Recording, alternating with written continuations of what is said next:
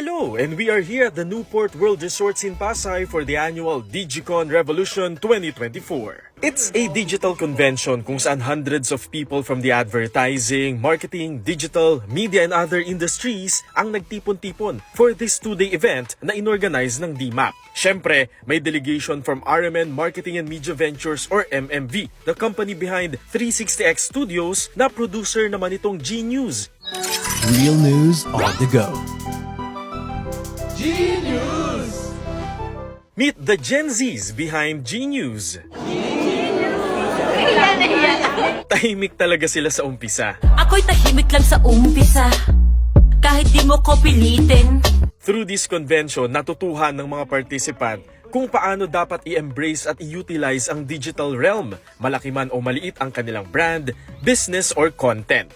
In our line of business, which is content creation, the digital pivot is very important because most of the consumption of content now, as we know, is in the different platforms in digital. That's social, influencers, diba? YouTubers and everything. So all the information is already in the digital space. But that's the superficial part of digital transformation. It requires a mindset. So how you actually pivot to the digital space. It requires from the organization all the way down to the staff to be embracing digital. May 5 tracks na pinagpilian ng mga attendee kung saan nila gustong mag-focus. One of the things na pinag-uusapan dito ngayon sa DigiCon is really the digital transformation. Among other things, the use of AI, all the tech around it. Pero yung pinaka-importante, ang unang-una is the idea. Alam mo ba kung anong gusto mong gawin? That has to start from that. And then you put all the tech around it.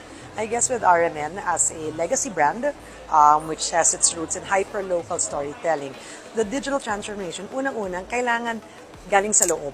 Dapat nanggagaling sa corporate values. What RMN was 72 years ago is not what it's going to be in the next 72 years. Just like, I guess, yung caterpillar to a butterfly, we will transform to something more beautiful than we were at the start.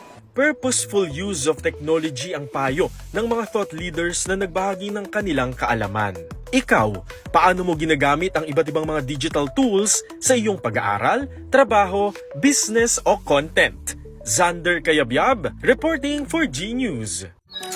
Real news on the go.